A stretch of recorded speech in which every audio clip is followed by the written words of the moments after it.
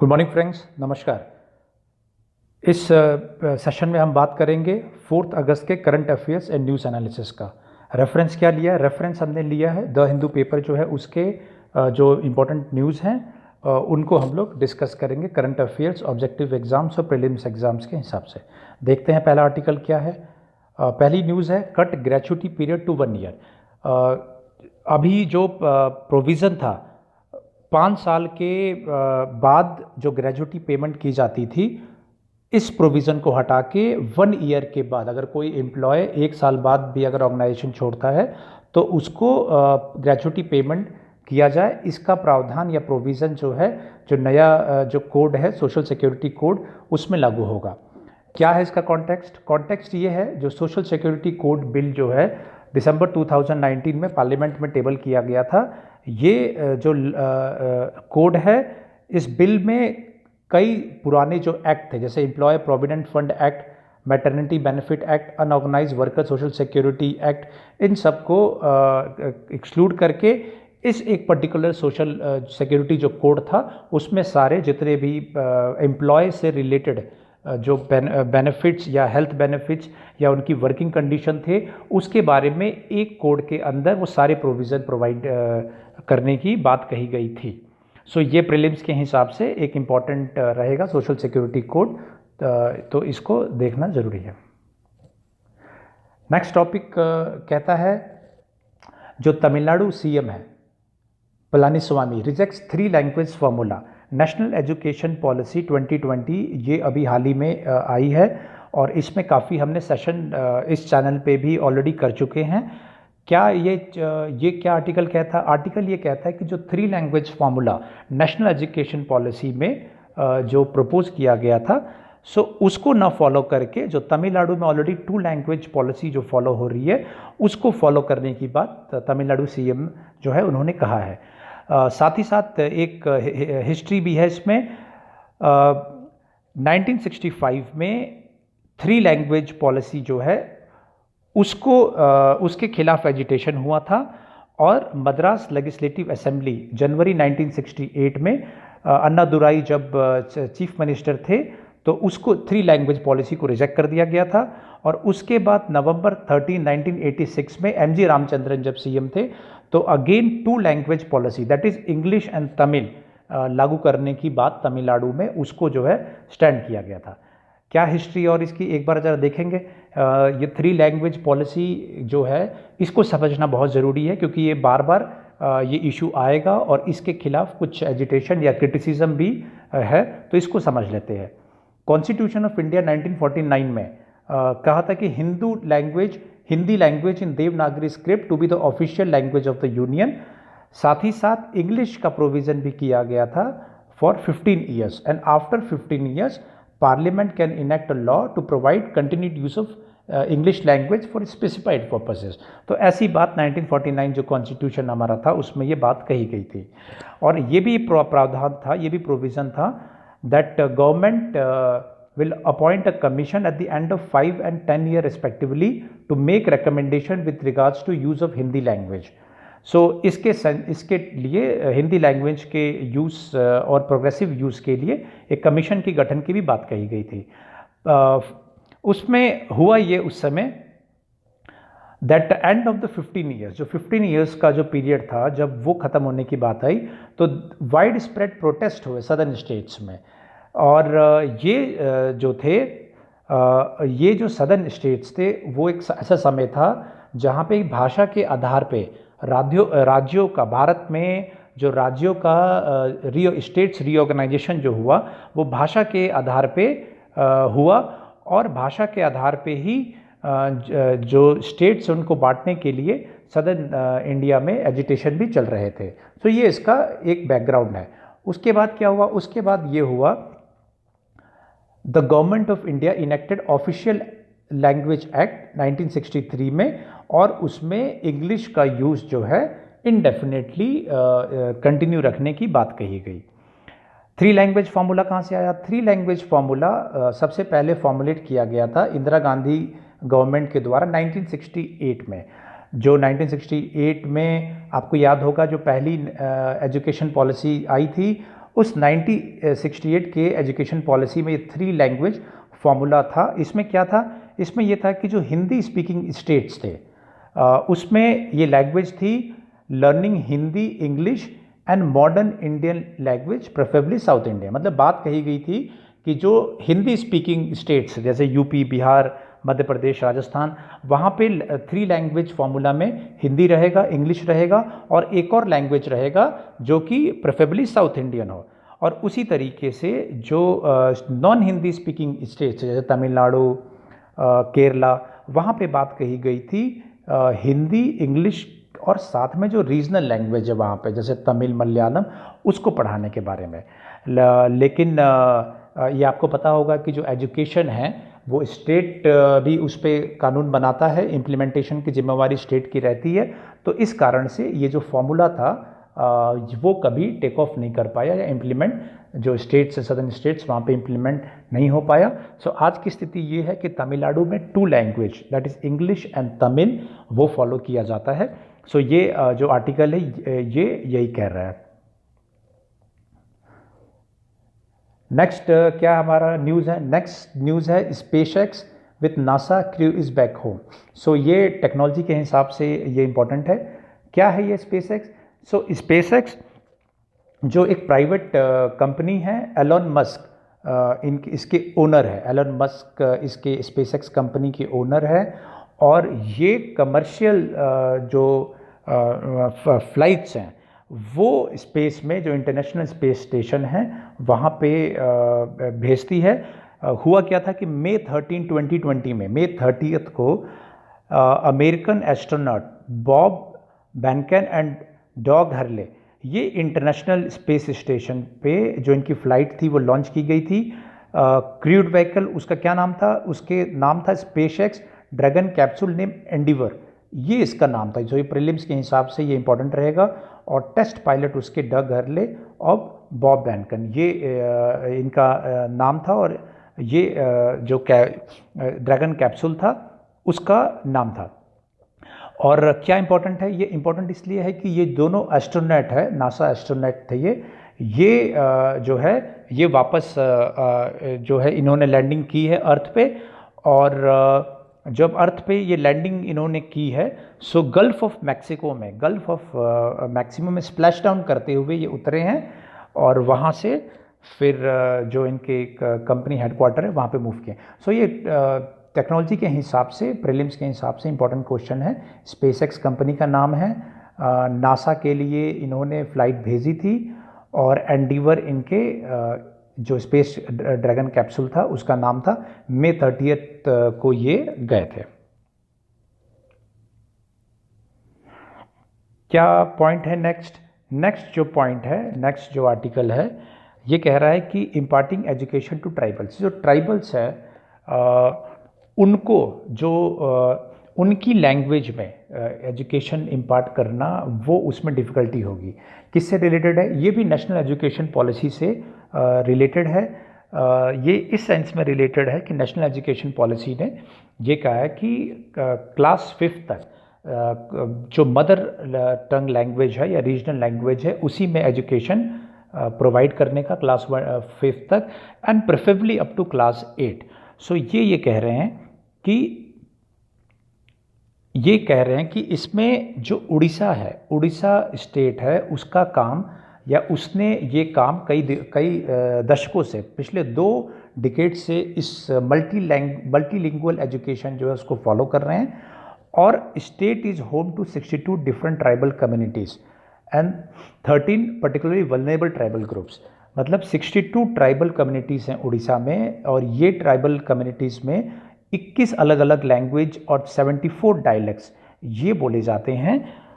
और इसमें उड़ीसा ने जो काम किया इसमें 3500 ट्राइबल लैंग्वेज टीचर जो ये एमएलई प्रोग्राम क्या है? मल्टीलिंगुअल एजुकेशन जो प्रोग्राम है उसके तहत 3500 ट्राइबल लैंग्वेज टीचर ऑलरेडी उनके अपॉइंटेड हैं, जो कि ये 21 ट्राइबल लैंग्वेजेस जो हैं इसमें जो है और 7 जिनकी खुद की स्क्रिप्ट है इसमें जो है पढ़ाई करवा रहे हैं। सो नेशनल एजुकेशन पॉलिसी में जो प्रोविज़न है उसको इम्प्लीमेंट करने की दिशा में ये एक इम्पॉर्टेंट कदम है कि जिस तरीके से उड़ीसा ने ये काम किया है उसी तरीके से बाकी स्टेट्स को भी, जहाँ पे मल्टीपल लैंग्वेजेस हैं, जहाँ पे district to district language change हो जाएंगे, मदर टंग लैंग्वेज चेंज हो जाएगा, वहाँ पे एक चैलेंज रहेगा। सो ये आर्टिकल ये बात करता है प्रीलिम्स के हिसाब से, ऑब्जेक्टिव क्वेश्चंस के हिसाब से भी ये उड़ीसा के जो फैक्ट्स हैं ये आप ध्यान रख सकते हैं, जो कि नेशनल एजुकेशन पॉलिसी अभी आई है, तो ये इम्पोर्टेंट क्वेश्चंस आ सकते हैं इससे। क्या है ये अगला आर्टिकल कहता है कि जो हाई कोर्ट है उसने फेसबुक को नोटिस दिया है स्टूडेंट का एक प्ली पे। क्या था इसमें, एक स्टूडेंट है उसने दिल्ली हाई कोर्ट में पिटीशन दाखिल हुई थी कि उसकी इंस्टाग्राम की जो फ़ोटोज़ हैं, जिसका कि इंस्टाग्राम का ओनर आपको पता होगा फेसबुक है। सो इंस्टाग्राम की फ़ोटोज़ जो है वो गलत वेबसाइट्स जो हैं वहाँ पे उसकी फ़ोटोज़ डाल दी गई। क्या है इसमें इम्पोर्टेंट ये है, इसमें जो प्रीलिम्स के हिसाब से Delhi police cyber prevention awareness detection unit, तो ये दिल्ली पुलिस की ये यूनिट है जो साइबर क्राइम के केसेस देखती है। और दूसरा इम्पोर्टेंट इसमें यह section 79(3)(b of IT act 2000 जो है ये एक्ट है। सो ये एक्ट बहुत इंपॉर्टेंट है, सेक्शन 79(3)(b। इसके तहत जो 21 इंटरनेट सर्विस प्रोवाइडर है उनको नोटिस दिया गया था, जिससे कि जो फोटोज़ हैं या ऑफेंडिंग कंटेंट है उनको ब्लॉक किया जाए। सो प्रीलिम्स के हिसाब से ये दिल्ली पुलिस की यूनिट जो है ये, और ये जो सेक्शन है, कौन से सेक्शन के तहत इंटरनेट सर्विस प्रोवाइडर्स को नोटिस भेज सकते हैं, ये दो चीज़ें इसमें इम्पॉर्टेंट है। क्या है अगला टॉपिक है Pune firm gets nod for vaccine trial. So इसमें ये कह रहा है कि जो drugs controller general of India है, ये आप नाम याद रखेंगे, drugs controller general of India, इन्होंने अप्रूवल दिया है Serum Institute of India Pune. So ये इंस्टीट्यूट है Serum Institute to conduct phase 2 and 3 clinical trials of Oxford University AstraZeneca कोविड-19 वैक्सीन। सो ये इंपॉर्टेंट है कि जो अभी बीच में न्यूज़ आई थी कि ऑक्सफोर्ड के जो है वहाँ से वैक्सीन के नेक्स्ट स्टेजेस पे ट्रायल चल रहे हैं, तो उसी में जो serum Institute of India Pune है उसको भी phase 2 और 3 के क्लिनिकल ट्रायल्स करने के लिए drug controller general of India इसके द्वारा परमिशन दी गई है। और ये आर्टिकल क्या कहता है, आर्टिकल ये कहता है कि जो फैटेलिटी रेट है वो 2.1% जो है वो लोवेस्ट इन द वर्ल्ड है कोरोना का जो फैटेलिटी रेट है। सो ये एक इम्पॉर्टेंट है कि अमॉन्ग दी लोवेस्ट वर्ल्ड में है। हालांकि हमारे टोटल नंबर्स जो कोरोना केसेस के हालांकि ज़्यादा है, लेकिन फैटेलिटी रेट जो है वो कम है, तो ये एक इम्पॉर्टेंट है। नेक्स्ट क्या है, नेक्स्ट वेरी वेरी इंपॉर्टेंट इसमें पॉइंट्स है, electronic vaccine intelligence network eVIN, ये हेल्थ मिनिस्ट्री का एक प्रोग्राम है। और इसमें क्या है, इसमें innovative technological solution aimed at strengthening immunisation supply chain system across the country. 32 states में ये लागू हो गया है। नेशनल हेल्थ मिशन के तहत ये जो प्रोग्राम है इलेक्ट्रॉनिक वैक्सीन इंटेलिजेंस नेटवर्क ये लागू किया गया है। क्या करता है, to get real time information on vaccine stock, vaccine के स्टॉक्स, कितनी वैक्सीन है और कितने स्टॉक में है, कितने सप्लाई में है, और साथ ही साथ उसकी स्टोरेज टेम्परेचर है, उसके बारे में एक सिंगल पॉइंट डेटाबेस की तरह ये एक्ट करता है। सो ये बहुत इंपॉर्टेंट क्वेश्चंस हो जाते हैं आपके। EVIN electronic vaccine intelligence network is important for your prelims and objective type questions. Next क्या है हमारा पॉइंट है नरेगा के बारे में। क्या है ये, मेंस के हिसाब से, डिस्क्रिप्टिव टाइप पेपर के हिसाब से और ऑब्जेक्टिव दोनों इंपॉर्टेंट है। ये आर्टिकल कहता है कि जो नरेगा का एलोकेटेड फंड था, that was like 1 lakh crore, उसमें से अभी 48,500 करोड़ ऑलरेडी यूज़ हो चुका है और मार्च तक पूरा हमारा फाइनेंशियल ईयर है। तो ये कहता है कि इसमें और एलोकेशन की आवश्यकता है नरेगा में। क्या प्रॉब्लम्स आ रही हैं, प्रॉब्लम ये आ रही है कि जो कई ग्राम पंचायत हैं उनका फंड ऑलरेडी यूटिलाइज हो चुका है और मानसून के कारण एम्प्लॉयमेंट जो रेट है कई स्टेट्स बता रहे हैं कि कम है, लेकिन ये आर्टिकल कहता है कि ऑलरेडी काफ़ी लोग इसमें डिमांड काफ़ी है इसमें। नरेगा के अंदर 100 डेज ऑफ वर्क की गारंटी रहती है, लेकिन ये आर्टिकल ये कहता है कि जिस तरीके से नरेगा में डिमांड है, जो माइग्रेशन हुआ, जो लोग सिटीज़ से आके गांवों में आए, तो उससे नरेगा में जो जॉब डिमांड है वो काफ़ी इंक्रीज़ हुई है।